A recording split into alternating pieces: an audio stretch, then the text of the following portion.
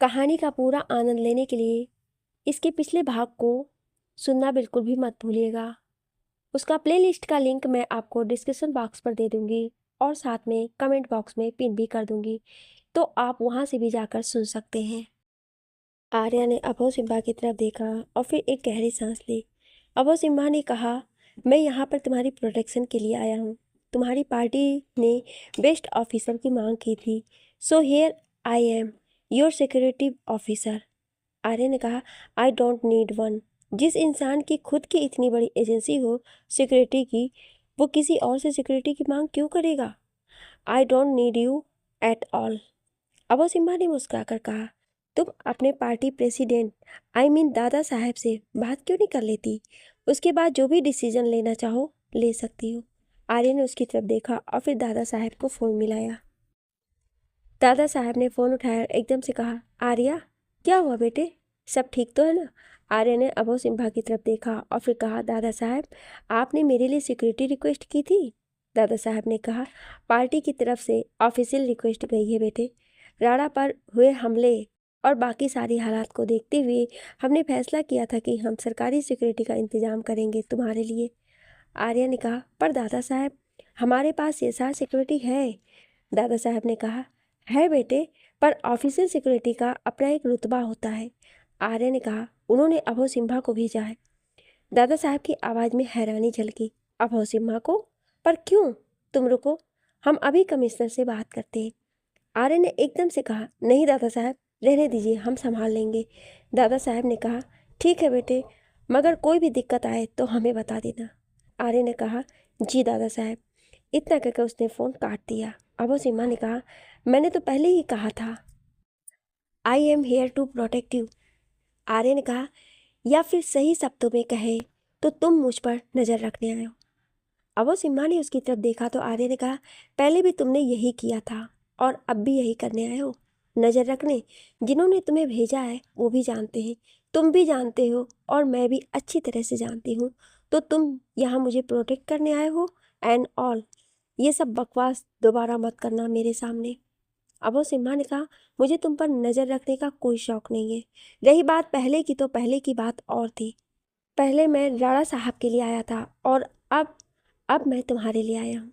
आर्या कुछ कहती उससे पहले ही वरिष्ठ और वशिष्ठ वहाँ आ गए। वरिष्ठ ने अबू सिम्हा की तरफ देखा और फिर कहा, डैम, मुझे जब पता चला कि तुम यहाँ पर आए हो तो एक बार के लिए मुझे लगा कि बाहर लोगों को गलतफहमी हुई है, पर तुम तो सच में बड़े बेशर्म किस्म के इंसान निकले। वशिष्ठ ने अबू सिम्हा को घूरते हुए कहा, तुम यहाँ पर करने क्या आए हो? चैन नहीं है तुम्हें अपनी जिंदगी में? इतना कहकर उसने आर्या की तरफ देखा और फिर कहा, तूने इसे धक्के मारकर क्यों नहीं निकाला? आर्या ने उसकी तरफ पेपर बढ़ा दिया। वशिष्ठ ने हैरानी से पेपर लिया और पढ़ने लगा। वरिष्ठ ने कहा, क्या लिखा है? वशिष्ठ ने एक गहरी सांस ली और फिर कहा, यही होना बाकी था आप। वरिष्ठ ने चिढ़कर कहा, इधर दिखा, क्या है ये? वरिष्ठ ने पेपर देखा और फिर कहा, व्हाट द? तूने दादा साहब से बात नहीं की? हमारे पास खुद की सिक्योरिटी एजेंसी है, हमें इस गोलगट्टे की जरूरत नहीं है। अब सीमा ने उसे घूर कर देखा। आर्य ने गहरी सांस ली फिर कहा, relax guys, just ignore him, हम अपना काम करेंगे, इसको करने दो जो ये करने आया है। इतना कहकर वो काफ़ी देर से चुप खड़ी आदित्य से कहा, आज का शेड्यूल क्या है? आदित्य ने अबू सिम्हा की तरफ देखा और फिर कहा, कपूर एंड सन्स के साथ मीटिंग है उनके ऑफिस में आज 12 बजे। सत्येंद्र सर वहाँ ऑलरेडी होंगे। आर्य ने घड़ी देखते फिर कहा, 10 बज रहे हैं, मैं साइड देख जाती हूँ, वहाँ से सीधा मीटिंग में चली जाऊँगी। वरिष्ठ वशिष्ठ, तुम अगले प्रोजेक्ट का बजट बना लेना आज। आदित्य, चाहल होटल की प्रोग्रेस रिपोर्ट बनाकर मुझे मेल कर देना। उन तीनों ने सिर हिला दिया। आर्या उठ खड़ी हुई और उसने अपना ब्लेजर पहना, फिर फाइल उठाकर बाहर निकल गई। अबू सिम्हा ने वरिष्ठ और वशिष्ठ की तरफ नजर डाली और आर्या के पीछे चला गया। उसके जाते ही वरिष्ठ ने कहा, अगर मेरा वश चलता तो मैं इसका मुंह तोड़ देता। वशिष्ठ ने कहा, वो भी दिन आएगा मेरे भाई, बस हमें कुछ दिन सब्र रखना होगा। जो हम कर रहे हैं उसके लिए हमारा चुप रहना ही बेहतर है। आदित्य ने कहा, आर्या ने वैसे भी सबसे कहा है, सब्र रखना पड़ेगा, अगर हमें सब पहले जैसा करना है तो। वशिष्ठ ने कहा, ये अभो सिम्हा, आर्या आप सब कैसे करेगी अगर ये आसपास रहेगा तो? वशिष्ठ ने सिर हिला दिया। आर्या तेजी से बाहर की तरफ जा रही थी। अभय सिम्हा उसके पीछे था। सब उनकी तरफ देख रहे थे। वो लोग बाहर के गेट के पास पहुंचे ही थे कि सामने से अधिराज आ गया। अभय सिम्हा उसको देखकर चौंका। अधिराज भी उसे देखकर हैरान हुआ।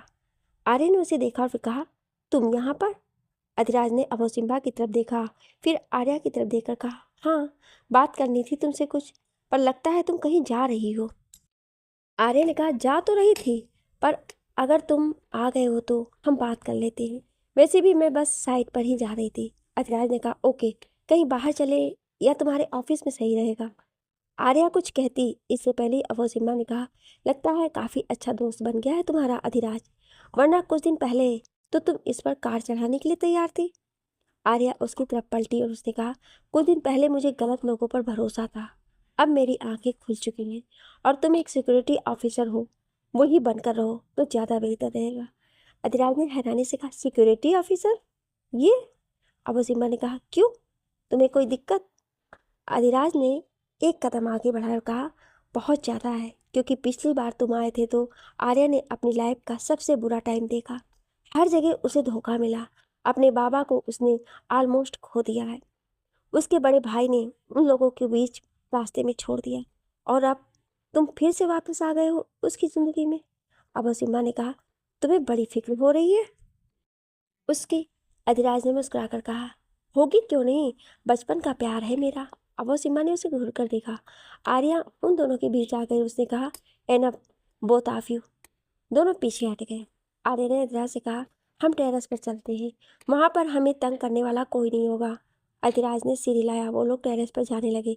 अबू सिम्हा उनके पीछे जाने लगा कि आर्या ने कहा, तुम्हें हमारे पीछे आने की जरूरत नहीं है, ये मेरा ऑफिस है, यहाँ पर कुछ नहीं होगा मुझे। अबू सिम्हा ने कहा, तुम अधिराज के साथ हो, he is the dangerous one. Arya ने उसकी तरफ देखा और फिर चिढ़ कर कहा, तुम कब जा रहे हो? अबू सिम्हा ने हैरानी से देखा, फिर कहा, कहाँ? आर्या ने कहा, भाड़ में। और इतना कहकर वो चली गई। अधिराज भी उसके साथ चला गया। अबू सिम्हा ने एक गहरी सांस ली और खुद से कहने लगा, ये अधिराज, इसके इरादे सच में मुझे ठीक नहीं लग रहे, पर इस जिद की नानी आर्या को कौन समझाए। उसने कमर पर हाथ रख लिए और इधर उधर देखने लगा। अधिराज और आर्या टेरेस पर पहुंचे। अधिराज ने हाँफते हुए कहा, भाई यू हेट एलिवेटर, स्टेज चढ़ते हुए जान निकल गई मेरी। आर्या मुस्कुराई। फिर उसने कहा, अबू सिम्हा ने तुम्हें यहाँ देख लिया, तुम्हारे पापा तक बात पहुँच सकती है। अधिराज ने मुस्कुरा कर कहा, डोंट वरी, उसका भी मैं इंतजाम कर चुका हूँ। आर्या ने उसकी तरफ देखा तो अधिराज ने कहा, मेरे पापा को लगता है कि मैं तुम्हारा भरोसा जीतने के लिए तुमसे दोस्ती कर रहा हूँ, ताकि वक्त पड़ने पर मैं तुम्हें चीट कर सकूँ और उनका सपना पूरा कर सकूँ। कल रात जब मैं घर गया तो यही सब मैंने अपने पापा से कहा और उन्होंने मेरा भरोसा भी कर लिया। सो अब मैं तुमसे बिना किसी डर के मिल सकता हूँ। आर्य ने कहा, तुम अपने पापा के खिलाफ जाकर हमारा साथ दे रहे हो अधिराज? इतनी हिम्मत किसी में नहीं होती है। अधिराज ने कहा, मैं वही कर रहा हूँ जो एक अच्छे बेटे को करना चाहिए। मैं बस अपने पापा को और नीचे गिरने से रोक रहा हूँ। बहुत क्राइम कर लिए उन्होंने, अब बस हुआ। आर्या ने कहा, तुम कोई ज़रूरी बात करने आए थे ना, क्या बात थी? अधिराज ने कहा, मैंने अनिकेत दादा पर नज़र रखना शुरू किया है, मुझे कुछ बातें पता चली हैं। आर्या ने उसकी तरफ हैरानी से देखा। अब वो सिंधा नीचे बैठ कर रहा था। तभी उसने अधिराज और आर्या को आते देखा। वो लोग गेट के पास आकर रुक गए। अधिराज ने कहा, जब भी ज़रूरत हो कॉल कर लेना, जो मैं कर सकूँगा वो ज़रूर करूँगा। आर्या ने मुस्कुराकर सिर हिला दिया। अधिराज ने कहा, मैं चलता हूँ, अब टेक केयर। इतना कहकर वो चला गया। अबू सिम्हा ने उसकी आवाज़ की नकल उतारते हुए कहा, टेक केयर, बड़ा आया। आर्या ने उसकी तरफ देखा और फिर वो एक गहरी सांस लेकर बाहर चली गई। अबू सिम्हा ने उसे जाते हुए देखा और वो भी उसके पीछे चला गया। कार में अबू सिम्हा ने कहा, तुम्हें अधिराज पर ट्रस्ट नहीं करना चाहिए। आर्या ने उसकी तरफ देखा। अबू सिम्हा ने कहा, वो सरकार का बेटा है, शायद तुम्हें नहीं पता, पर मैं बता दूं कि सरकार ने तुम्हारे डैड के खिलाफ हमारी सबसे ज़्यादा मदद की थी, तुम कुछ नहीं जानती। और आर्या ने उसे टोकते हुए कहा, अबू सिम्हा। अबू सिम्हा ने उसकी तरफ देखा तो आर्या ने कहा, जितना मैं जानती हूँ उतना तुम में से कोई भी नहीं जानता, ना तुम, ना अधिराज, ना सरकार और ना कोई। मुझे पता है कि मुझे किस पर भरोसा करना चाहिए। अबू सिम्हा ने उसकी तरफ मुड़ते हुए कहा, मैं सिर्फ इतना कह रहा था कि। आर्या ने उसे फिर से टोकते हुए कहा, तुम भी नहीं जानते थे कि मेरे डैड पर मंदिर में हमला होने वाला है। ना ही ये प्लान में था तुम लोगों के कि मेरे डैड पर हमला होगा। अब सिम्बा ने उसकी तरफ हैरानी से देखा। आर्य ने कहा, जिस दिन हमला हुआ उससे पहले ही तुम्हारे बड़े भाई का फ़ोन आया था कि तुम्हारा मिशन ख़त्म हुआ और तुम्हें उसी वक्त वापस बुला लिया गया था। इनफैक्ट तुम आज तक नहीं जानते कि हमला किसने और क्यों किया था। अब सिम्बा एक पल के लिए उसे देखता रह गया। फिर उसने कहा, तुम ये सब कैसे, आखिर कैसे जानती हो तुम? आर्य ने कहा, मैंने कहा ना, मैं वो जानती हूँ जो तुम में से कोई नहीं जानता। तो मुझे कुछ भी बताने की ज़रूरत नहीं है तुम्हें। मुझे पता है कि कौन मेरे साथ है और कौन नहीं। अब चुपचाप आगे देखो।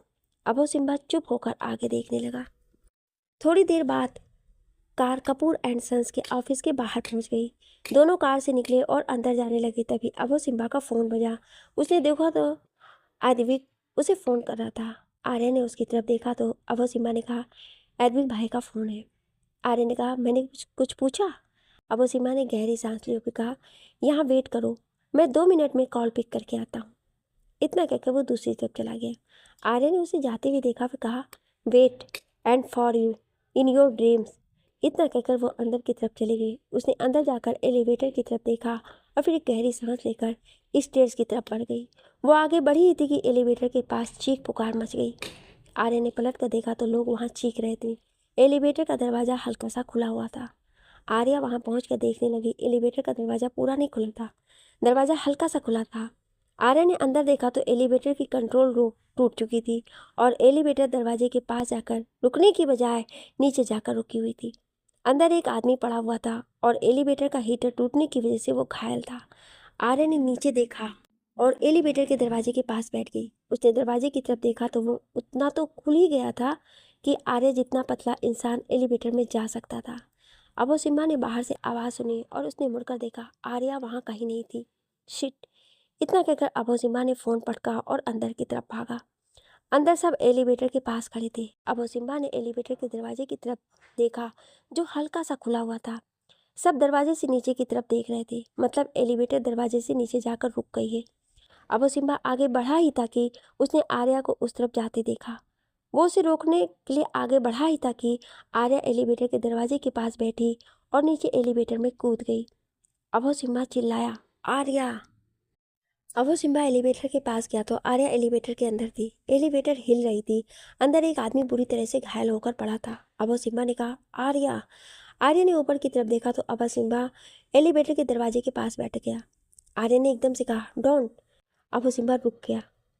आर्या ने कहा, एलिवेटर हिल रही है, अगर तुम भी अंदर आए तो दूसरी रोप भी टूट जाएगी, so just don't do any stupidity. अब वो सिम्बा ने सिर हिला दिया। उसने इधर उधर देखा तो सिक्योरिटी गार्ड वहीं खड़े हो गए थे। उसने कहा, तुम लोग यहाँ पर बुत बनकर क्यों खड़े हो? Call the mechanic, god damn it!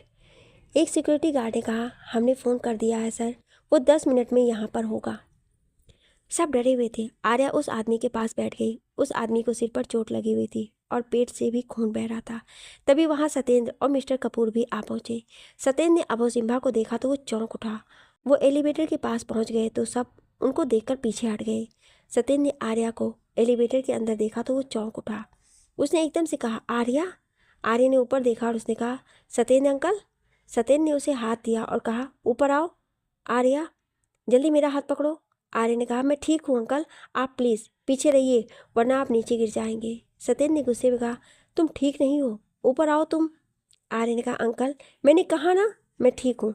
इतना कहकर वो उस आदमी के पास बैठ गई और उसने अपनी 2 उंगलियां उस आदमी की गर्दन पर रख दी। वह आदमी अभी जिंदा था। सत्येंद्र ने अबो सिम्बा को कॉलर से पकड़ लिया और फिर कहा, तुम यहाँ पर क्या कर रहे हो? और आर्या एलिवेटर में कैसे गई? वो कभी एलिवेटर यूज़ नहीं करती थी, फिर वहाँ कैसे गई? अब वो सिम्बा ने खुद को छुड़ाया और उसने कहा, वो खुद उस आदमी को बचाने के लिए अंदर कूद गई। एलिवेटर टूट सकता है ये जानते हुए भी आप मुझ पर क्यों भड़क रहे हैं? मैं वैसे भी यहाँ पर उसका सिक्योरिटी ऑफिसर बनकर आया हूँ। सत्येंद्र ने कहा, अगर तुम उसके सिक्योरिटी ऑफिसर हो तो तुम्हें पता होना चाहिए कि आर्या एलिवेटर के अंदर क्यों नहीं जाती है और क्यों वहाँ उसका रहना खतरा है उसके लिए। इतना कहकर वो सिक्योरिटी गार्ड की तरफ मुड़ा और उसने कहा, मैकेनिक को जल्द से जल्द आने को कहो। सिक्योरिटी गार्ड ने सिर हिलाया और बाहर की तरफ भाग गया। मिस्टर कपूर ने कहा, मिस्टर सत्येंद्र आप फिक्र मत करिए, कुछ नहीं होगा आर्या को, एलिवेटर ब्लॉक नहीं होगा।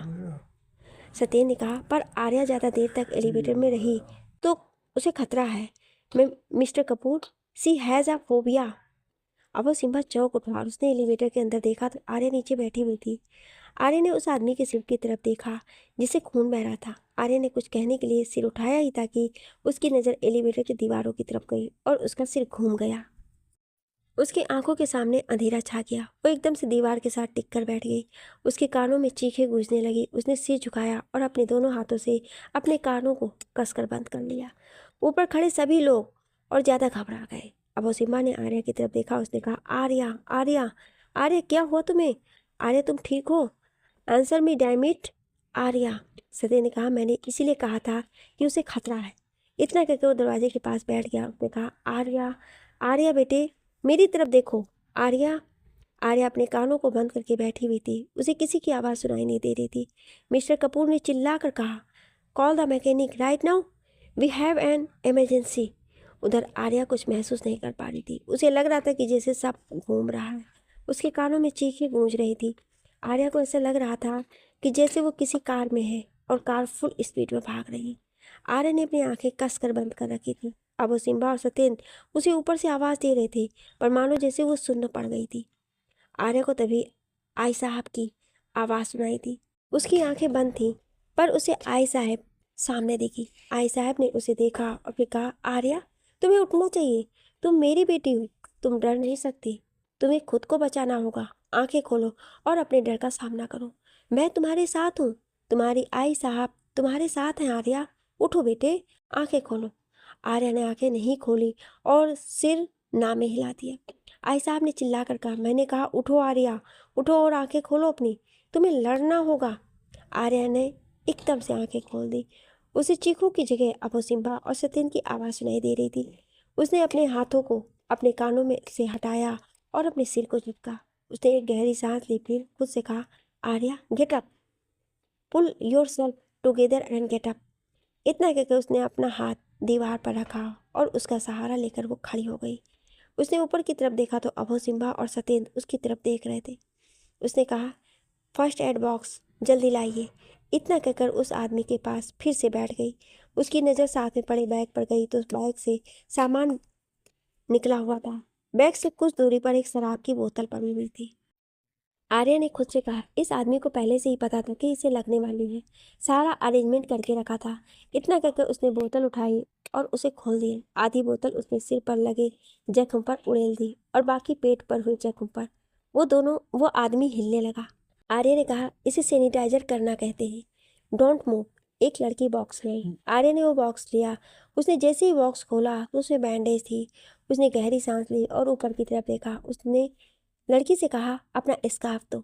लड़की ने उसकी तरफ हैरानी से देखा। बिना कुछ कहे स्कार्फ नीचे फेंक दिया। आर्या ने स्कार्फ लिया और नीचे बैठ गई। उसका सिर फिर से घूमा, पर उसने अपना सिर झटक दिया। उसने स्कार्फ को उस आदमी के पेट पर बांध दिया, फिर जेब से अपना रुमाल निकाला और उसके सिर पर बांध दिया कसकर। उस आदमी को जरा सा होश आया। उसने आर्या की तरफ देखा। उसने अपना हाथ बढ़ाया और आर्या के चेहरे पर रखकर उसने कहा, प्लीज़ सेव मी। आर्या ने उसका हाथ पकड़कर कहा, आपको कुछ नहीं होगा सर, डोंट वरी। तभी ऊपर मैकेनिक आ गया। मिस्टर कपूर ने उसे सिक्योरिटी ऑफिसर के साथ एलिवेटर कंट्रोल रूम में भेज दिया। वो उस तरफ भाग गए। अब वो सिम्बा ने अपने हाथों को कसकर मुट्ठी बनाई हुई थी। आर्या उस आदमी की तरफ देख रही थी। आर्या के कपड़े, चेहरा और गर्दन सब खून से सना हुआ था। उस आदमी ने कुछ कहा पर आर्या सुन नहीं पाई। उसने अपना चेहरा उस आदमी के नज़दीक किया तो वो कह रहा था, ठंड, ठंड है। आर्या ने कहा, आपको ठंड लग रही है? आर्या ने उसकी बॉडी की तरफ देखा तो उसकी सारी बॉडी कांप रही थी। आर्या ने कुछ सोचा तो उसकी नज़र अपनी जैकेट पर गई। उसे पहली बार अपने ओवरसाइज क्लॉथ पहनने पर गर्व महसूस हुआ। उसने एकदम से जैकेट खोली और उस आदमी को पहना दी। तभी एलिवेटर को झटका लगा और एलिवेटर धीरे से ऊपर जाने लगी। शायद मैकेनिक ने काम कर दिया था। अब वो सिम्बा और बाकी सब ने राहत की सांस ली। आर्या ने गहरी सांस ली, पर तभी उसे एक जोर का झटका लगा और एलिवेटर डबल स्पीड से नीचे गिरने लगी। अब वो सिम्बा आगे बढ़ा और चिल्लाया, आर्या। अगर उसे पकड़ा ना होता लोगों ने तो वो एलिवेटर में कूद चुका होता। एलिवेटर और नीचे जाकर झटके से रुक गई। आर्या ने ऊपर की तरफ देखा तो हीटर का बाकी बचा हिस्सा उस आदमी के ऊपर गिरने वाला था। इससे पहले कि वह आदमी नीचे गिरता, आर्या ने उस आदमी को कवर कर लिया। आदमी बार बार अबू सिम्बा को फ़ोन करने की कोशिश कर रहा था। बेल जा तो रही थी पर वो उठा नहीं रहा था। एडविक परेशान होकर चहलकदमी कर रहा था। प्रथम वहाँ आया तो उसने एडविक को परेशान देखा। प्रथम ने कहा, क्या हुआ तुझे, इतना परेशान क्यों है? एडविक ने कहा, अबू सिम्बा को कब से मैं फ़ोन कर रहा हूँ पर वो फ़ोन नहीं उठा रहा है। बेल जा रही है पर वो फ़ोन नहीं उठा रहा। प्रथम ने कहा, वो आज एसआर सिक्योरिटी जाने वाला था ना, आर्या का सिक्योरिटी ऑफिसर बनकर गया था। एडविक ने कहा, हाँ, वो आर्या के साथ कपूर प्राइवेट लिमिटेड गया था। मैंने उसे फ़ोन किया था, तभी पीछे शोर हुआ और फ़ोन कट गया। तब से मैं उसे फ़ोन कर रहा हूँ पर वो उठा नहीं रहा है। प्रथम के चेहरे पर भी परेशानी झलक आई। उसने एडविक से कहा, हमें वहाँ चलना चाहिए, मुझे कुछ सही फीलिंग नहीं आ रही है। एडविक ने सिर हिलाया और वो दोनों बाहर जाने लगे। तभी कमिश्नर साहब अंदर आए, उनके साथ मित्तल भी था। कमिश्नर ने उन दोनों की तरफ देखा तो उन्होंने कहा, तुम दोनों कहीं जा रहे हो? उन दोनों ने एक दूसरे की तरफ देखा। प्रथम ने कहा, पापा, वो अभय सिम्हा। कमिश्नर ने उसे टोका और कहा, हाँ, वो जहाँ कहीं भी है उसे कहो कि वो आज घर वापस आए। एडविक ने कहा, कुछ ज़रूरी बात थी क्या पापा? कमिश्नर ने उसे देखा और फिर कहा, हाँ, मैं चाहता हूँ कि एक बार वो मित्तल साहब से मिल ले, फिर हम बात आगे बढ़ाएं। प्रथम और एडविक चौंक उठे। प्रथम ने कहा, बात आगे बढ़ाएं मतलब पापा? मित्तल ने कहा, लगता है कमिश्नर साहब ने बताया नहीं है तुम्हें। मैंने और तुम्हारे पापा ने मिलकर अभय सिम्हा और मेरी बेटी सोना का रिश्ता पक्का कर लिया है। प्रथम और एडविक हैरान हो गए। एलिवेटर नीचे जाकर रुक गई थी। हीटर का स्टैंड आर्या के कंधे पर गिरा हुआ था। उसके बाजू में चोट लग गई थी। उसने ऊपर देखा तो सत्येंद्र और अभय सिम्हा उसकी तरफ देख रहे थे। आर्या की नज़रें अभय सिम्हा की नज़रों से मिली। आर्या ने मन ही मन कहा, किसी ने ये जानबूझकर किया है। अभय सिम्हा ने उसकी तरफ देखा और कहा, डोंट वरी, मैं तुम्हें कुछ नहीं होने दूंगा। इतना कहकर उसने सिर हिला दिया और दूसरी तरफ चला गया। आर्या ने उस आदमी की तरफ देखा जो बेहोश हो चुका था। आर्या उसके पास बैठ गई। उसने उस आदमी की तरफ देखा और फिर कहा, तुम इतनी आसानी से नहीं मर सकते। 22 साल बाद तुम सामने आए हो। तुम मेरे बहुत से सवालों का जवाब हो। मैं तुम्हें मरने नहीं दे सकती। अभय सिम्हा भागते हुए एलिवेटर कंट्रोल रूम के पास पहुंच गया। दरवाज़ा हल्का सा खुला हुआ था। उसने अंदर देखा तो सिक्योरिटी गार्ड जमीन पर गिरा पड़ा था। मैकेनिक तारों के साथ कुछ कर रहा था और उसके ठीक सामने मास्क पहने हुए एक आदमी उस पर गन तान कर खड़ा था। अभय सिम्हा ने हल्के से दरवाज़ा खोला और इससे पहले कि वह आदमी अलर्ट होता, अभय सिम्हा ने एक जोरदार किक उसके हाथ पर दे मारी। उस आदमी के हाथ से गन छिटक कर दूर जा गिरी। अभय सिम्हा ने मैकेनिक से कहा, save them, do your job, इसे मैं देखता हूँ। मैकेनिक ने सिर हिला दिया। अभय सिम्हा ने उस आदमी की तरफ देखा। उस आदमी ने काले कपड़ों के ऊपर काली जैकेट पहन रखी थी, काले जूते, काले ग्लव्स और सिर पर उसने काली टोपी पहन रखी थी। उसकी बस आंखें दिख रही थी। अभय सिम्हा ने उसे घूरा फिर कहा, कौन हो तुम?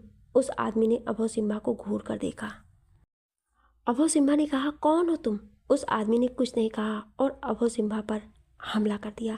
उसने अभय सिम्हा को पंच मारना चाहा पर अभय सिम्हा ने अपने बाजू से उसके हाथ को ब्लॉक कर दिया और उसके पेट में एक पंच दे मारा। वो आदमी हल्का सा हिल गया। अभय सिम्हा ने उसे जोरदार धक्का दिया। वो आदमी दीवार से जा गिरा। उसकी जेब से एक ब्रेसलेट गिर गया।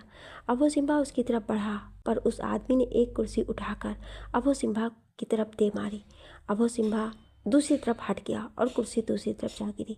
उन दोनों की फाइट में भी मैकेनिक अपने काम में लगा हुआ था। तभी सिक्योरिटी गार्ड को होश आया और वो उठ खड़ा हुआ। उसने देखा तो अभय सिम्हा और वो आदमी उलझे हुए थे। सिक्योरिटी गार्ड ने एकदम से सिक्योरिटी अलार्म बजा दिया। अभय सिम्हा और उस आदमी ने सिक्योरिटी गार्ड की तरफ देखा। उस आदमी ने जोरदार धक्का दिया और अभय सिम्हा सिक्योरिटी गार्ड के ऊपर जा गिरा। वो आदमी बाहर भाग गया। अभय सिम्हा उठा और उसने सिक्योरिटी गार्ड से कहा, स्टे हियर, और वो भी बाहर भाग गया। जैसे ही वो बाहर आया तो वो आदमी गायब था। अभय सिम्हा ने इधर उधर देखा पर वो कहीं नहीं दिखा। तभी सामने से सिक्योरिटी गार्ड भागते हुए आए। अभय सिम्हा ने उनसे कहा, वो आदमी जो बाहर भागा था वो कहाँ पर है? सभी ने एक दूसरे की तरफ देखा। एक सिक्योरिटी गार्ड ने कहा, बाहर तो कोई नहीं भागा सर। अभय सिम्हा ने अपनी कमर पर हाथ रखा। फिर उसने सिक्योरिटी गार्ड से कहा, अगर वो बाहर नहीं गया तो ढूंढो उसे, वो यहीं कहीं होगा। सब सिक्योरिटी गार्ड ने सिर हिलाया और वो इधर उधर भाग गए। अभय सिम्हा दोबारा एलिवेटर कंट्रोल रूम की तरफ गया। उसने सिक्योरिटी गार्ड से पूछा, कौन था वो? सिक्योरिटी गार्ड ने कहा, पता नहीं सर, हम दोनों यहाँ खड़े थे, वो पीछे से आया और उसने मेरे सिर पर मारा। अबू सिम्बा सोच में पड़ गया। तभी उसकी नज़र एक ब्रेसलेट पर पड़ी। उसने वो ब्रेसलेट उठाया तो उस पर एम का डिजाइन बना हुआ था। उसने उस ब्रेसलेट को उलट पुलट कर देखा पर और उस पर कुछ नहीं दिखा। उसने उस ब्रेसलेट को जेब में डाल दिया। तभी मैकेनिक ने कहा, वो जो भी कोई था उसी ने कंट्रोल रोप को काट दिया था और सिस्टम को ख़राब कर दिया था। तभी एलिवेटर हिल रही थी, पर अब मैंने ठीक कर दिया है सिस्टम। अब वो सिम्बा ने सिर हिलाया और एलिवेटर की तरफ भाग गया। वो नीचे भागा तो एलिवेटर ऊपर आ रही थी। एलिवेटर ऊपर आई तो सिक्योरिटी गार्ड अंदर गए और उन्होंने उस आदमी को बाहर निकाला। एम्बुलेंस पहले ही आ चुकी थी। आर्या भी अपनी बाजू पकड़कर बाहर आ गई। अबू सिम्बा उसके सामने खड़ा था। उसने अबू सिम्बा की तरफ देखा। अबू सिम्बा ने कहा, मैंने कहा था ना कि वेट करो मेरा, पर तू। उसके कहते कहते ही आर्या की आंखें घूमी। वो गिर जाती अगर अबू सिम्बा उसे संभाला नहीं होता। वो बेहोश होकर अबू सिम्बा की बाहों में झूल गई। वरिष्ठ और वशिष्ठ भागते हुए हॉस्पिटल पहुंचे। सत्येंद्र जनरल वार्ड के बाहर खड़ा था। उसको देखते ही वो दोनों उसके पास पहुंच गए। वशिष्ठ ने कहा, अंकल, आर्या वो ठीक तो है ना? कहाँ है वो? सत्येंद्र ने कहा, आर्या ठीक है, उसे होश आ गया है। डॉक्टर ने कहा है कि स्ट्रेस की वजह से वो बेहोश हो गई थी, पर अब ठीक है, तुम लोग मिल सकते हो जाकर। दोनों भाई अंदर चले गए। अंदर अबू सिम्हा अपनी बाजू लपेटे हुए खड़ा था। आर्या अंदर बेड पर बैठी हुई थी। नर्स ने मेडिसिन की प्लेट उठाई और बाहर चली गई। वरिष्ठ और वशिष्ठ आर्या के पास चले गए। वशिष्ठ ने कहा, ठीक है तू? तभी उसकी नज़र आर्या के बाजू की तरफ गई जिस पर पट्टी बंधी हुई थी। वशिष्ठ ने कहा, ये पट्टी क्यों बांधी है तुझे? आर्या ने कहा, मैं बिल्कुल ठीक हूँ, बस थोड़ा स्ट्रेस हो गया था, बाकी ठीक हूँ मैं। वरिष्ठ ने कहा, तुझे कहा किसने था कि तू जाकर उस एलिवेटर में कूदे? कुछ हो जाता तो? आर्या ने कहा, कुछ हुआ तो नहीं ना, don't worry, I am fine guys. Vashishtha Abu Simba की तरफ मुड़ा और उसने कहा, तुम तो सिक्योरिटी ऑफिसर बनकर आए थे, पहले ही दिन आर्या को हॉस्पिटल पहुंचा दिया तुमने? अबू सिम्बा ने कहा, तुम्हारी बहन किसी की सुनती है क्या? जब इसे खुद ही कुएं में जाकर कूदने की आदत है तो मैं क्या कर सकता हूँ? तीनों भाई बहनों में से कोई कुछ कहता इससे पहले ही उसका फ़ोन बजा। उसने फ़ोन की तरफ देखा तो अद्विक का फ़ोन था। उसने फ़ोन उठाया और हेलो कहते हुए बाहर चला गया। उसके जाते ही आर्य ने कहा, मलिक अंकल उस आदमी के साथ ही है ना? वरिष्ठ ने कहा, तेरा मैसेज मिलते ही मैंने उन्हें उस आदमी के पास भेज दिया था। वो ठीक है पर उसे होश नहीं आया है अभी। वशिष्ठ ने कहा, तूने उसे बचा लिया अपनी जान पर खेलकर, अब उसे सिक्योरिटी भी दे रही है। बड़ी सेंसिटिव हो गई है हमारी बहन लगता है। आर्य ने उसकी तरफ देखा और कहा, वो आदमी बहुत इंपॉर्टेंट है, इसीलिए किसी ने उसे एलिवेटर में मारने की कोशिश की। पहले तो जब मैंने उसे देखा तो मुझे लगा कि मैंने उसे कहीं देखा है, पर अब जब मुझे पता है कि वो कौन है तो मुझे पक्का यकीन है कि उसे मारने की कोशिश की गई थी। इसलिए मैं चाहती हूँ कि वो किसी के सामने ना आए फिलहाल। वरिष्ठ और वशिष्ठ ने हैरानी से उसकी तरफ देखा। वरिष्ठ ने कहा, कौन है वो आदमी? आर्य ने अपना फ़ोन निकाल लिया और एक फ़ोटो निकालकर वरिष्ठ और वशिष्ठ की तरफ बढ़ा दिया। वरिष्ठ और वशिष्ठ फोटो देखते ही चौंक उठे। वरिष्ठ ने हैरानी से कहा, नो वे, ये तो आर्य ने सिर हिलाया और कहा, तभी उसे बचाना बहुत ज़रूरी हो गया था। वो हमारे बहुत से सवालों का जवाब है। वरिष्ठ ने कहा, पर जो इंसान 22 साल पहले मर चुका है वो अचानक से जिंदा होकर कैसे वापस आ सकता है? आर्य ने कहा, क्योंकि वो आदमी मरा ही नहीं था, वो कब से जिंदा था, बस हमारी आंखों से दूर था। तभी दरवाज़ा खुलने की आवाज़ आई। आर्या ने अपना फ़ोन एकदम से नीचे रख दिया। दरवाज़ा खुलते ही वो तीनों चौंक उठे। सामने अनिकेत खड़ा था। वरिष्ठ ने अनिकेत की तरफ देखा और फिर कहा, आप यहाँ पर क्या कर रहे हैं? अनिकेत ने उसकी तरफ देखा और फिर आर्या की तरफ बढ़ा। उसने आर्या के कंधे पर बंधी पट्टी की तरफ देखा और फिर उसने कहा, मैंने कहा था ना, खतरों से दूर रहना। तुम लोगों को समझ नहीं आता है क्या? किसी और को बचाने के लिए तुम एलिवेटर में कूद पड़ी। अगर तुम्हें कुछ हो जाता तो? वशिष्ठ ने अनिकेत से कहा, आपको फिक्र करने की ज़रूरत नहीं है, हमारी बहन का ख्याल रखने के लिए हम हैं। आप जाइए यहाँ से मिस्टर अनिकेत। भानुशाली। अनिकेत ने एक गहरी सांस ली और वशिष्ठ का कान पकड़ लिया। वशिष्ठ ने आंखें बंद करते हुए कहा, आह। अनिकेत ने कहा, फिर से ले जरा मेरा नाम ले, फिर बताऊंगा मैं तुझे।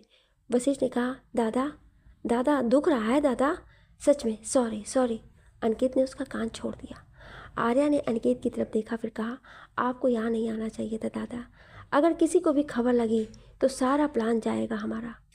अनिकेत ने गहरी सांस ली और उसकी तरफ देखा। उसकी आंखों के सामने वो नज़ारा घूम गया जब राणा साहब के हमले के बाद वो हॉस्पिटल पहुंचा था। आर्या उस वक्त अकेली थी। वरिष्ठ और वशिष्ठ नायक के अंतिम संस्कार की तैयारी के लिए गए हुए थे। अनिकेत ने आर्या की तरफ देखा, जो आईसीयू के बाहर बेंच पर अपने सिर पर हाथ रखकर बैठी हुई थी। अनिकेत उसके पास आकर बैठ गया और उसने आर्या के हाथों को पकड़ लिया। दोनों भाई बहन आईसीयू के बाहर खड़े थे। अनिकेत ने गहरी सांस ली और कहा, मुझे और बाबा साहब को सब बता देना चाहिए था तुम्हें। अगर तुम्हें सब पता होता तो बाबा साहेब आज इस हालत में नहीं होते और नायक जिंदा होता। आर्य ने उसकी तरफ देखा तो अनिकेत ने कहा, तुम पर हुए हमले के बाद बाबा साहेब और मैंने अपनी जांच शुरू की। इसी बीच सरकार मुझे अप्रोच करने लगा। मेरे माँ बाबा की मौत का जिम्मेदार वो बाबा साहेब को करने में लगा हुआ था। जब ये बात बाबा साहेब को मैंने बताई तो बाबा साहेब ने मुझसे कहा था कि मैं सरकार की कंपनी का एक हिस्सा बन जाऊं। उस वक्त मुझे समझ नहीं आया कि बाबा साहेब क्या चाहते हैं, पर बाबा साहेब ने कहा कि उनके दुश्मन कुछ बड़ी चाल चल रहे हैं। आर्या ने कहा, आप लोगों ने मुझे क्यों नहीं बताया? अनिकेत ने कहा, बाबा साहेब नहीं चाहते थे कि तुम इन सब में पढ़ो। मैंने बाबा साहेब की बात मान ली और सरकार के पास चला गया। इसी बीच मुझे पता चला कि आहान सत्येंद्र अंकल का भांजा नहीं है। आर्या ने चौंक कर अनिकेत की तरफ देखा। अनिकेत ने कहा, हाँ, वो कमिश्नर राठौड़ का सबसे छोटा बेटा अभय सिम्हा है, जो एक सीक्रेट मिशन पर हमारे घर में घुसा है। मैंने बाबा साहब को इस बारे में भी बताया था, पर वो पता नहीं किस बात का वेट कर रहे थे। इस सब के पीछे कोई बॉस है जिसका ऑर्डर ये सब मान रहे हैं। नायक और बाबा साहब उसी के पीछे थे। आज जब मैंने उन्हें फ़ोन किया तो उन्होंने मुझसे कहा था कि आज सरकार के साथ मेरे आखिरी दिन है। पर आर्या चुप रही। अनिकेत ने कहा, मैं फ़िलहाल वापस आ गया हूँ। अब बाबा साहब के साथ जिस किसी ने ये सब किया है, ये जो कोई भी है बॉस, उन लोगों को हम नहीं छोड़ेंगे। आर्या ने कहा, नहीं, आप सरकार के पास वापस जाएंगे। अनिकेत ने उसकी तरफ हैरानी से देखा। आर्या उसकी तरफ मुड़ी और उसने कहा, जो चल रहा है वैसे चलने दीजिए दादा। ये लड़ाई हम इतनी आसानी से नहीं जीत सकते। इस वक्त सारी दुनिया हमारे खिलाफ है और हमें ये लड़ाई किसी भी तरीके से जीतनी पड़ेगी। बहुत से लोगों को हराना है और बहुत से लोगों का असली चेहरा पूरी दुनिया के सामने लाना होगा, और इसके लिए आपको सरकार के साथ रहना होगा कुछ वक्त और। अनिकेत ने कहा, तुम करना क्या चाहती हो?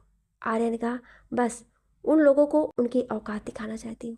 आप बस वही करिए जो सरकार आपसे कह रहा है, बाकी मैं संभाल लूँगी। अनिकेत ने कहा, पर कंपनी? आर्या ने कहा, मैं हूँ ना दादा, मैं संभाल लूँगी सब कुछ। अनिकेत ने उसके सिर पर हाथ रखा और कहा, ठीक है, जैसा तुम कहो, पर अगर जब भी मुझे लगा कि तुम्हारी जान को खतरा है कोई, मैं उसी वक्त वापस आ जाऊँगा। आर्या ने हाँ में सिर हिला दिया। अनिकेत वापस चला गया। अनिकेत यादों से बाहर आया। उसने कहा, मैंने कहा था ना, जिस दिन तुम्हें कुछ हुआ मैं वापस आ जाऊँगा। आर्या ने गहरी सांस ली और फिर कहा, दादा, मैं बिल्कुल ठीक हूँ, मुझे बस हल्की सी चोट लगी है। वरिश ने कहा, हाँ दादा, वैसे भी घायल शेरनी और भी ज़्यादा खतरनाक होती है, और हम दोनों तो हैं ही हैं यहाँ पर। अनिकेत ने कहा, और तुम दोनों के होते हुए भी ये सब हो गया? फिर उसने आर्या की तरफ देखा और कहा, तुम उस एलिवेटर में कूदी क्यों? आर्या ने कहा, उसमें कोई ऐसा था जिसे बचाना बहुत ज़रूरी था। अनिकेत ने उसकी तरफ देखा तो आर्या ने वरिष्ठ को इशारा किया। वरिष्ठ ने फ़ोन अनिकेत की तरफ कर दिया। अनिकेत ने फ़ोन लिया और फोटो देखा। उसने चौंक कर उन तीनों की तरफ देखा।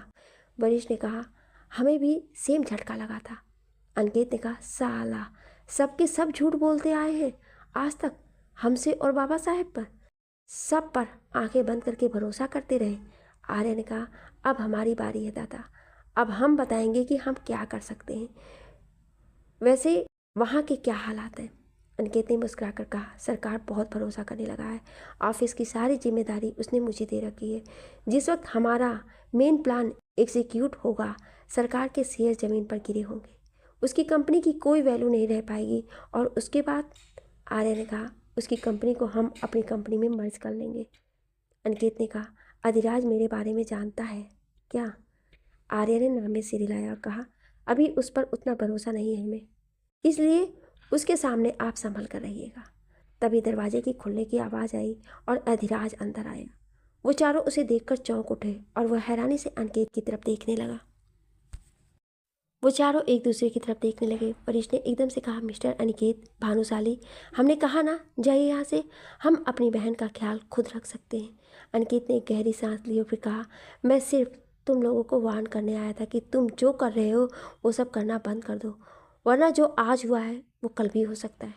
इससे पहले कि कोई कुछ कहता, अधिराज ने आगे बढ़कर कहा, अनिकेत, मैं तुम्हें अपनी डैड की वजह से झेलता हूँ, पर तुमने आर्या को कुछ भी बकवास दोबारा कहा तो मैं अपने डैड की भी नहीं सुनूंगा। अनिकेत ने कहा, क्या सरकार जानता है कि तुम क्या कर रहे हो? अधिराज ने कहा, मुझे फ़र्क नहीं पड़ता कि उन्हें पता है या नहीं, मैं तुम्हारी तरह उनके हुक्म का गुलाम नहीं हूँ, समझे तुम? अनिकेत कुछ कहता उससे पहले ही आर्या ने कहा, मिस्टर भानुशाली, आपको मेरी चिंता करने का नाटक करने की ज़रूरत नहीं है, प्लीज़ जाइए यहाँ से। अनिकेत ने उसकी तरफ देखा तो आर्या ने सिर हिला दिया। अनिकेत बाहर चला गया। बाहर अभो सिम्हा अद्विक से फ़ोन पर बात कर रहा था। अद्विक ने फ़ोन को स्पीकर पर डाला हुआ था और प्रथम और वो दोनों मिलकर अभो सिम्हा से बात कर रहे थे। अद्विक ने कहा, आर्या ठीक है अब? अभो सिम्हा ने कहा, हाँ, होश में आ गई है, उसके भाई उसके साथ हैं। अद्विक ने कहा, मानना पड़ेगा लड़की को, किसी और की जान बचाने के लिए खुद कूद गई। सी इज़ वेरी ब्रेव। अभो सिम्हा ने कहा, ब्रेव नहीं, बेवकूफ़ है, एक नंबर की, कुछ हो जाता तो? अद्विक ने कहा, तुझे बड़ी चिंता हो रही है? अभो सिम्हा ने कुछ नहीं कहा। प्रथम ने कहा, वो सब छोड़ो तुम दोनों। अभो, वो आदमी का कुछ पता चला? आर्या को बताया तूने उस बारे में? अभो सिम्हा ने कहा, नहीं, अभी नहीं, मैंने उस मैकेनिक और गार्ड को भी बोल दिया है कि इस बारे में किसी से कुछ ना कहें। उस आदमी के बारे में अगर आर्या को पता चला तो वो पता नहीं क्या करेगी। वैसे भी लोगों को मारना शौक है मैडम का। प्रथम ने कहा, तो हम कैसे ढूंढेंगे उसको? अभो सिम्हा ने कहा, मुझे एक ब्रेसलेट मिला है और ब्रेसलेट को देखकर लगता है कि कस्टम करवाया गया है उसे। जब आऊँगा तब दिखाऊंगा आपको। अद्विक ने कहा, आ कब रहा है तू? पापा भी पूछ रहे थे।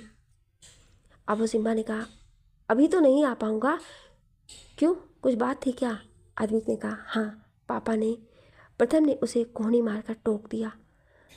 अद्विक ने प्रथम की तरफ देखा तो प्रथम ने सिर हिलाकर उसे मना कर दिया। अभो सिम्हा ने कहा, पापा ने क्या? प्रथम ने कहा, कुछ नहीं अभो, पापा ने फ़ोन किया होगा तुझे, लगा नहीं तो परेशान हो रहे थे, पर हम बता देंगे उन्हें कि तू ड्यूटी देने में बिजी है। अभो सिम्हा ने कहा, ठीक है, आप बता देना, अब मैं रखता हूँ, मुझे जाना है। इतना कहकर उसने फ़ोन काट दिया। फ़ोन कट होते ही अद्विक ने कहा, आपने बताने क्यों नहीं दिया मुझे छोटे को? प्रथम ने कहा, पागल है क्या तू? वो ऑलरेडी इतना परेशान है, जब घर आएगा वो तो आराम से बात करेंगे तब। प्रथम की बात सुनकर अद्विक ने सिर हिला दिया। अधिराज आर्या के पास बैठ गया और उसने कहा, मैंने सुना एलिवेटर में कूद गई तुम, किसी आदमी को बचाने के लिए? आर्या ने मुस्कुराकर कहा, हाँ, कभी कभी पुण्य का काम भी कर लेना चाहिए। अधिराज ने भी मुस्कुराकर कहा, वो आदमी, तुम जानती हो उसे? आर्या ने उसकी तरफ देखा तो अधिराज ने कहा, एलिवेटर में कदम तक ना रखने वाली लड़की एलिवेटर में कूद गई और अब उस लड़के की सारी सिक्योरिटी उस आदमी के कमरे के बाहर पहरा दे रही है। आर्या ने कुछ नहीं कहा और अधिराज की तरफ देखती रही। अधिराज ने कहा, चल क्या रहा है आर्या, कौन है वो आदमी? आर्या ने गहरी सांस ली। आर्या अधिराज की तरफ देख रही थी। अधिराज ने मुस्कुराकर कहा, रहने दो, अगर तुम मेरे सवाल का जवाब नहीं देना चाहती तो मैं तुम्हें फोर्स नहीं करूँगा। तुमने उस आदमी को बचाया और अब उसे प्रोटेक्ट भी कर रही हो, तो इसका कोई ना कोई रीज़न तो बेशक होगा, पर अगर वो रीज़न तुम अपने तक ही रखना चाहती हो तो मैं तुमसे पूछूंगा भी नहीं। आर्या ने गहरी सांस ली और फिर कहा, अधिराज, ऐसा नहीं है कि हमें तुम पर भरोसा नहीं है, बट उस इंसान की आइडेंटिटी हम अभी एक्सपोज नहीं कर सकते। I am sorry. अधिराज ने उसका हाथ पकड़ा और फिर कहा, डोंट बी, आई नो कि अगर तुम कुछ नहीं कर रही हो तो बिना वजह नहीं है ये, सो आई कैन अंडरस्टैंड। आर्या मुस्कुराई। तभी दरवाज़ा खुला और अभो सिम्हा अंदर आया। उसने अधिराज को आर्या का हाथ पकड़े हुए देखा। उसने अधिराज की तरफ देखा। अधिराज भी अभो सिम्हा की तरफ देखने लगा। अभो सिम्हा ने कहा, तुम यहाँ पर क्या कर रहे हो? अधिराज ने एक गहरी सांस ली। उसने आर्या का हाथ छोड़ा और कहा, मैं अपने दोस्त से मिलने आया हूँ। Any problem? अभो सिम्हा ने अपनी कमर के ऊपर हाथ रखे और फिर अपनी बाईं तरफ देखने लगा। उसके बाद उसने अधिराज की तरफ देखा और फिर कहा, मेरे ख्याल से तो तुम लोगों की फैमिली एक दूसरे के पक्के दुश्मन है। राणा साहब के खिलाफ तुम्हारे बाप ने बहुत मदद की है पुलिस की। अधिराज मुस्कुरा दिया और उसने कहा, मेरे डैड ने जो किया सो किया, पर तुम्हारा बाप भी कुछ कम नहीं है। अंडरकवर मिशन तुम्हारे ही बाप ने चलवाया था राणा साहब के खिलाफ। इस बारे में तुम्हारा क्या कहना है? अबू सिम्बा एक कदम आगे बढ़ा और उसने कहा, अपनी जुबान को लगाम दो अधिराज सरकार, वरना। अधिराज ने कहा, वरना? वरना क्या? क्या कर लोगे तुम? वो दोनों एक दूसरे को घूर रहे थे कि तभी आर्या ने कहा, या stop it both of you. दोनों ने आर्या की तरफ देखा। आर्या ने कहा, आई नीड रेस्ट। शायद तुम लोग भूल गए हो कि तुम लोग एक पेशेंट के रूम में हो, so stop being a child and leave. Abu Simba ने अधिराज की तरफ देखा और फिर कहा, सुना नहीं? लीव। अधिराज ने अबू सिम्बा से कहा, यू लीव फर्स्ट। आर्या ने गहरी सांस ली फिर कहा, ice these boys are both of you, get out right now, effect all of you, just leave right now. Vashishtha ने हैरानी से उसे देखा और फिर कहा, हम क्यों? हमने क्या किया है? हमें क्यों भगा रही हैं? आर्य ने कहा, क्योंकि मेरा सिर घूम रहा है। इससे पहले कि दिमाग भी घूम जाए, निकलो, सब के सब निकलो। चारों लड़कों ने एक दूसरे की तरफ देखा और फिर बाहर आ गए। अधिराज अबू सिम्बा को घूरते हुए वरिष्ठ और वशिष्ठ के पास गया। उसने उन दोनों से कहा, आई डोंट ट्रस्ट हिम। यह अबू सिम्बा पिछली बार भी धोखा देकर गया था, इस बार मैं इसे छोड़ूंगा नहीं, अगर इसने कुछ भी किया तो। वरिष्ठ ने एक गहरी सांस ली और फिर कहा, डोंट वरी अधिराज, जिन लोगों ने अपना असली रंग दिखाना था उन लोगों ने तो दिखा दिया, अब हमारी बारी है। अधिराज ने कहा, मैं अपनी पूरी कोशिश कर रहा हूँ कि पापा के थ्रू मुझे उस बॉस के बारे में कुछ पता चल जाए। मेरे ख्याल से तो अनिकेत को भी इस बारे में कुछ पता नहीं है और पापा से मैं डायरेक्ट पूछ नहीं सकता, बट मेरी कोशिश पूरी है। वरिष्ठ और वशिष्ठ ने एक दूसरे की तरफ देखा। वशिष्ठ ने कहा, तुम्हें जो भी करना है बस संभल कर करना, खुद को खतरे में मत डाल लेना। अधिराज ने सिर हिलाया और कहा, आर्या का ख्याल रखना, मैं चलता हूँ, उससे दोबारा मिलने आऊँगा। इतना कहकर अधिराज चला गया। शाम को आर्या को डिस्चार्ज कर दिया गया। हालांकि डॉक्टर उसे कुछ और टाइम का ऑब्जर्वेशन में रखना चाहते थे, मगर आर्या की जिद की वजह से उन्हें उसे डिस्चार्ज करना पड़ा। अबू सिम्बा भी उनके साथ घर वापस आ गया। वो लोग अंदर आए।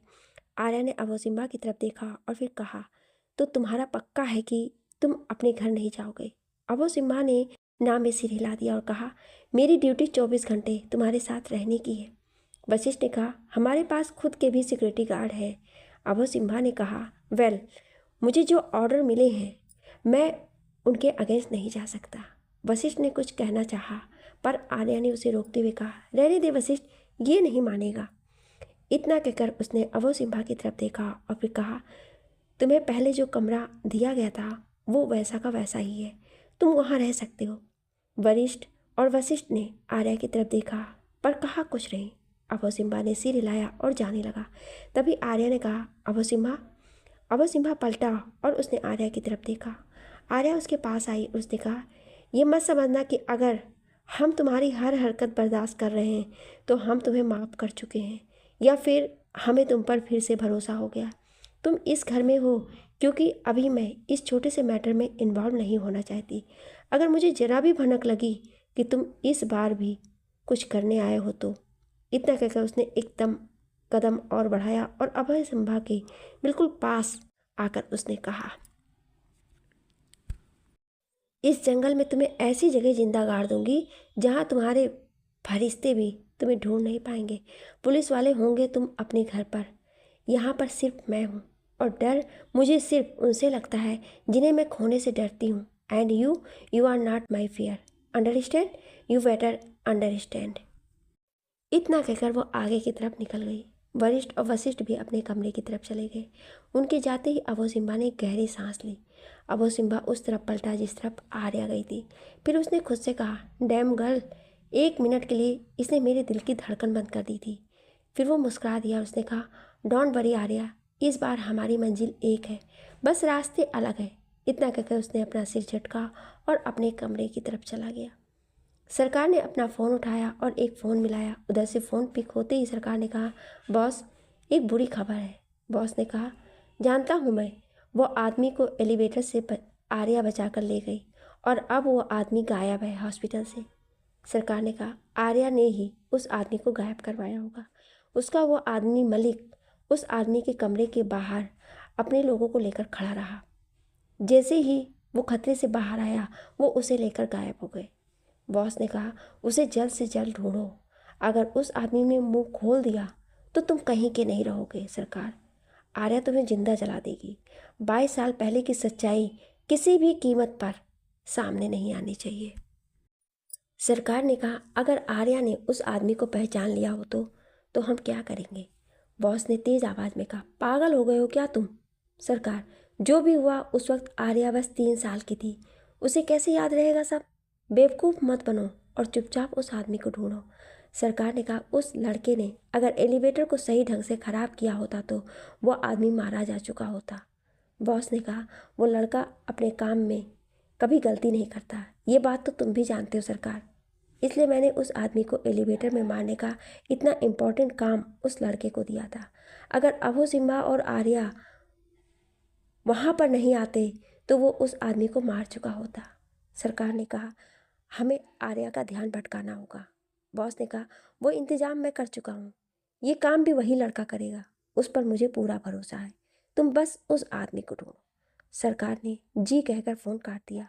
फिर वो कुछ सोचते हुए बाहर निकल गया। उसके जाते ही अदराज दरवाजे के पीछे से बाहर निकला।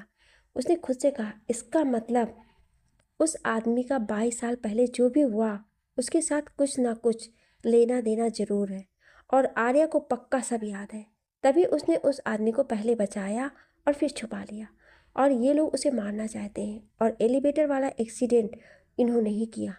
पर वो लड़का कौन है जिसने एलिवेटर वाला एक्सीडेंट क्रिएट किया? आइस। और कितनी सस्पेंस है इस स्टोरी में। इतना कहकर उसने एक गहरी सांस ली और फिर अपना फ़ोन निकाला और खुद से कहने लगा, I have to tell Arya. इतना कहकर उसने फ़ोन में एक मैसेज टाइप किया और आर्या को भेज दिया। फिर उसने खुद कहा, तुम जो कोई भी हो बॉस, तुम तक मैं पहुंच कर ही रहूँगा।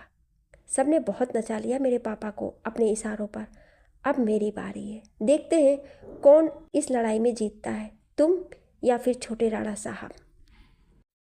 इतना कहकर वो मुस्कुरा दिया। आर्या ने अधिराज का मैसेज पढ़ा और फिर उसने वरिष्ठ और वशिष्ठ के साथ बनाए ग्रुप में मैसेज किया, कम टू द डेन। और इतना कहकर वो अपने बाथरूम में घुस गई। वहाँ पर एक बहुत बड़ा सा मिरर लगा हुआ था। आर्या ने अपना हाथ उस मिरर पर रखा और कहा, आयरन मैन। उसके इतना कहते ही मिरर शटर के ऊपर को खुल गया।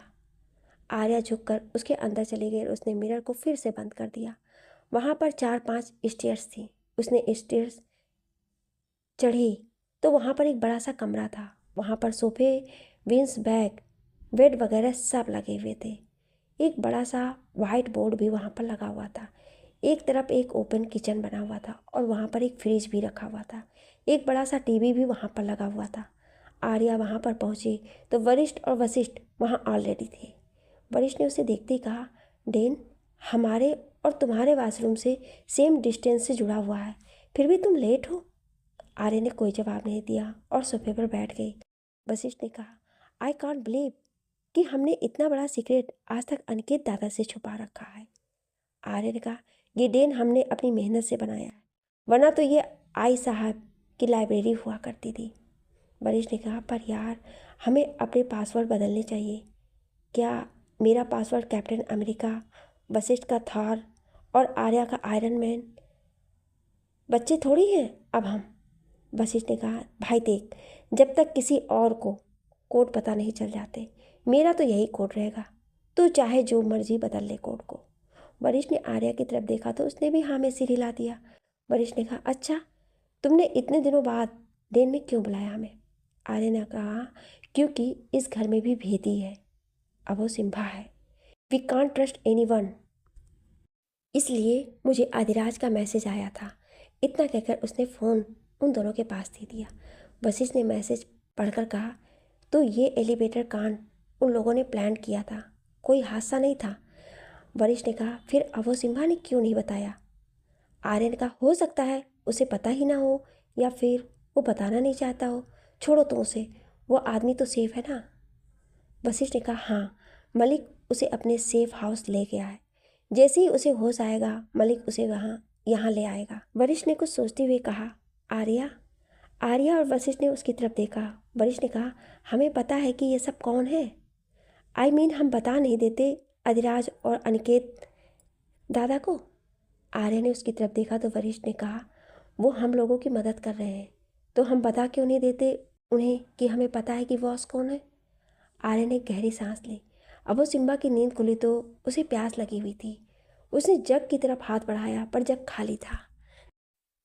उसने एक गहरी सांस ली और फिर वो उठ खड़ा हुआ। उसने जग उठाया और उम्मीदी आंखों से नीचे हॉल की तरफ जाने लगा। वो बाहर पहुंचा ही था कि तभी उसने एक अजीब सी आवाज़ सुनी। वो चौंक उठा। उसने आसपास देखा, फिर वो सामने वाले कमरे की तरफ बढ़ा। उसने हल्के से दरवाज़ा खोला और वो अंदर चला गया। वो जैसे ही अंदर पहुंचा, वहाँ का नज़ारा देखकर वो चौंक उठा। उसने अपने हाथ में पकड़ा हुआ जग जोर से सामने की तरफ दे मारा। जग नीचे फर्श पर गिरकर चकनाचूर हो गया। आगे क्या मोड़ लेगी ये कहानी, जानने के लिए सुनिए अगले भाग में। क्या आप अगला भाग सुनना चाहते हैं तो कमेंट में यस ज़रूर लिखिएगा। Thank you.